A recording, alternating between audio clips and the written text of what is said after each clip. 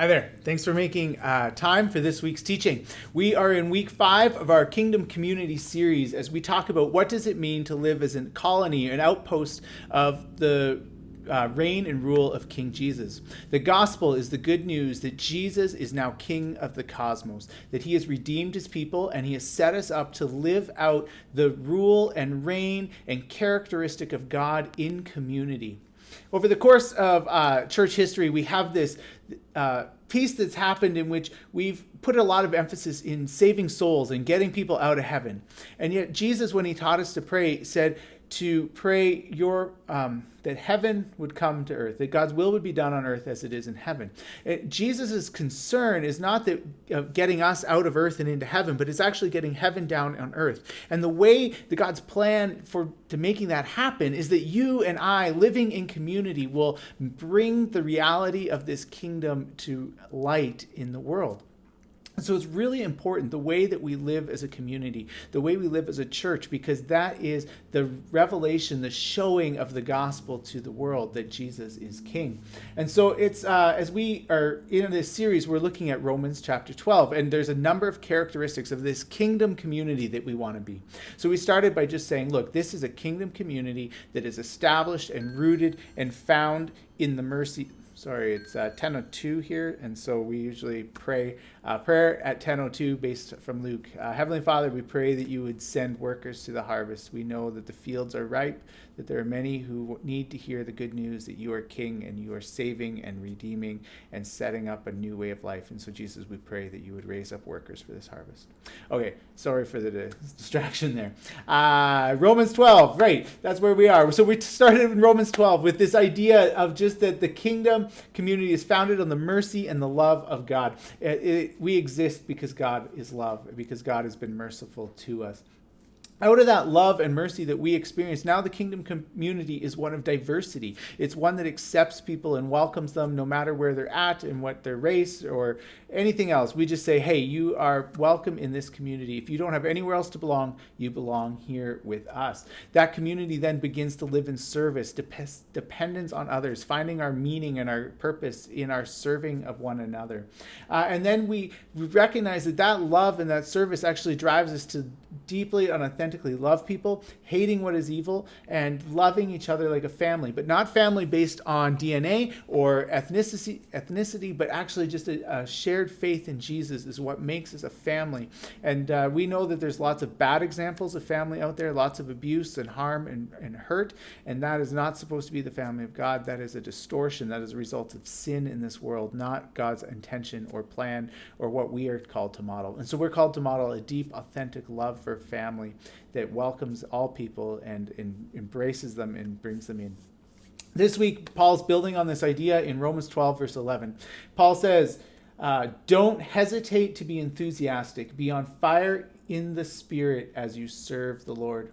So what I found really interesting this week as I was reading this passage and reading it in a number of translations is there is a lot of diversity in how this passage gets interpreted, which should kind of give us a clue that there is something within the Greek here that biblical interpreters aren't sure what exactly to do and how are they're wrestling with the text as they come up with different ways of saying this. And so we need to dig in a little bit as well.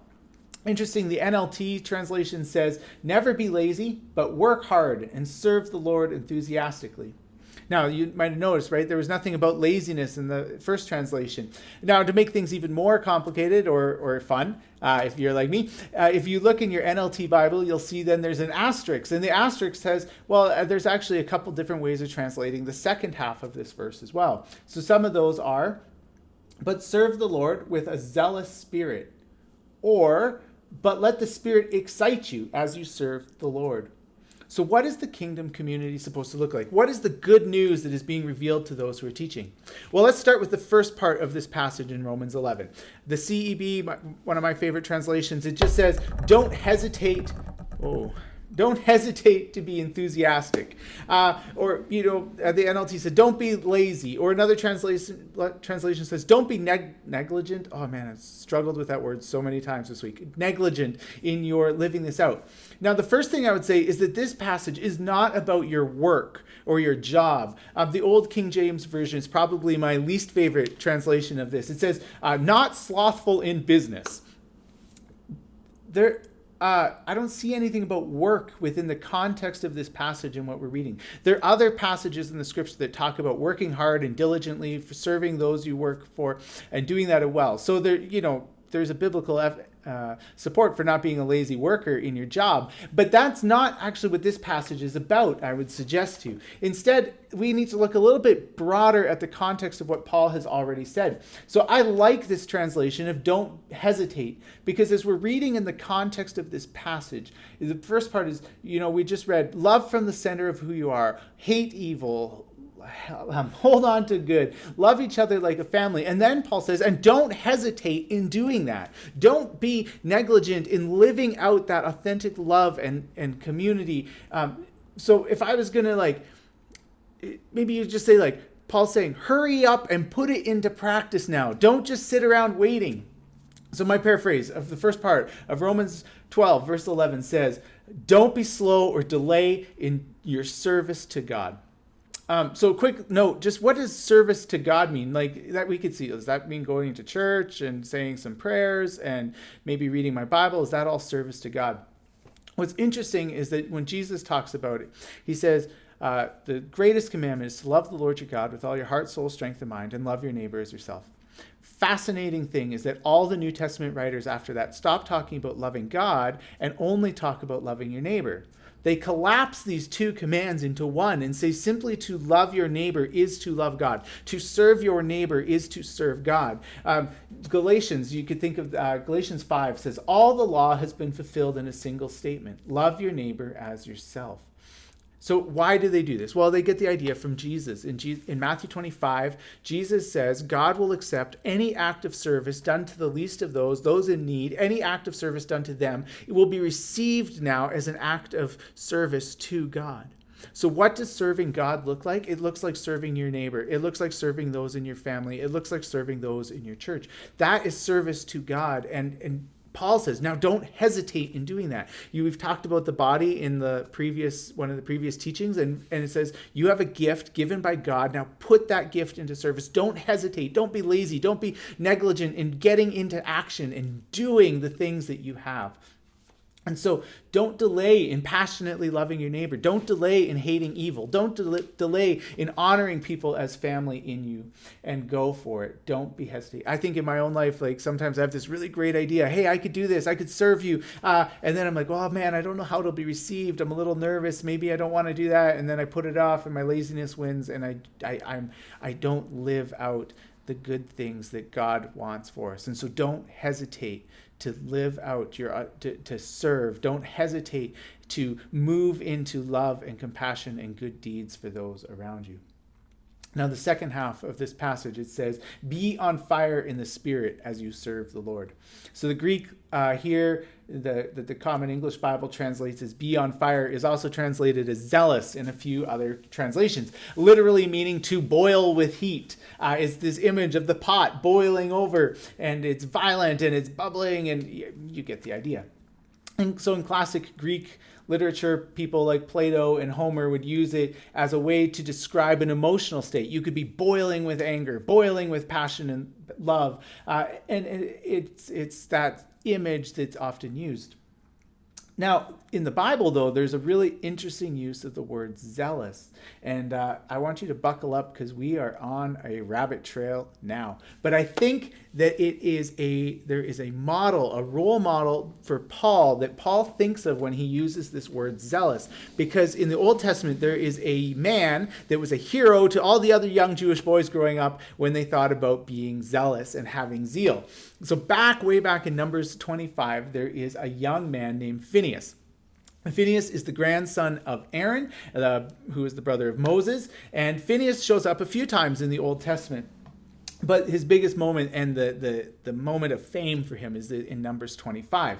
And so the Israelites are having trouble with intermarrying with these other people that are leading them into idol worship. And there's this strong call, like, do not do this. This is bad. And some Israelite guy just says, forget it. I am living in rebellion to God. I'm going to disobey God, and I'm going to bring this woman into the camp in front of everybody, and I'm going to go into my tent, and I'm going to sleep with her and have sex. And Phinehas gets zealous. He boils over with zeal for the Lord. He grabs a spear, walks into the tent, and murders them.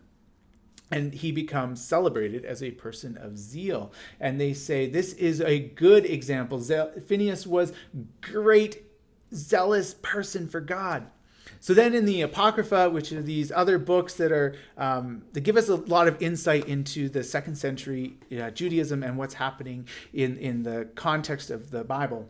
In 1 Maccabees 2, there's this story about this guy named Mattathias. And some of his Israelites are offering idols again to false gods. And once again, he goes and he loses his temper and he boils over, and there's these people and they're offering sacrifices to these idols. And it says when Matthias saw this action, his spirit was stirred up. He gave way to his righteous anger. He ran over and killed the man on the altar. He burned with zeal for the law, just like Phinehas did against Zimri and Salu's son. And then Matthias shouted loudly in the town, "Everyone who is zealous for the law and supports the covenant should come with me." And then they fight, and we have this Maccabean revolt in Jewish history. And in his last words, he writes, "Our ancestor Phinehas received a covenant of everlasting priesthood because he was deeply zealous." So Phinehas is the biblical model of zeal that many young Jewish men like Paul or Saul would model themselves after. And so when Paul was still Saul, he saw himself in the line of these zealous men for God. Paul says of himself in Galatians 1 verse 4, "I was advancing in Judaism beyond many of my own age. Among my people, I was extremely zealous." And then in Philippians 3 verse 6, he says, "As for zeal, persecuting the church." Paul's zeal for God led him to violently kill the followers of Jesus because he saw them as offensive to God's honor. Zeal is what moves you from tweeting about something to getting a sword and killing people. This is not good in a context of religious culture. So zeal is what gets you from grumbling to getting a sword, from traveling to town, killing those who you believe are this offense to God. His zeal lit a fire under him that he would stop at nothing to stop this Jesus movement. Well, until he met Jesus. Now, ask me some other time about the way the Old Testament reframes Phinehas from a violent murderer to a prayer warrior. It's fascinating, and I'd love to tell you about that some other time, but that's not for here. Anyway, Phinehas is this example then for young Jewish boys who they looked up to. And I believe that Paul saw himself in the line of Phinehas as he persecuted the church. But when he met Jesus, did his zeal die? I don't think so. I think that his zeal was transformed, and it went from saying, yes, my zeal for God's honor I will never kill again for God, but I will die for God. I will suffer for God. I will take on this suffering because I have this zeal and passion for people to hear the good news of King Jesus. And so I will suffer as much as I need to for this. And Paul's zeal for God is transformed from violence to nonviolence and willingness to suffer. But it is what motivated him to get on the boat and to travel and to be persecuted over and over again because he was zealous for God.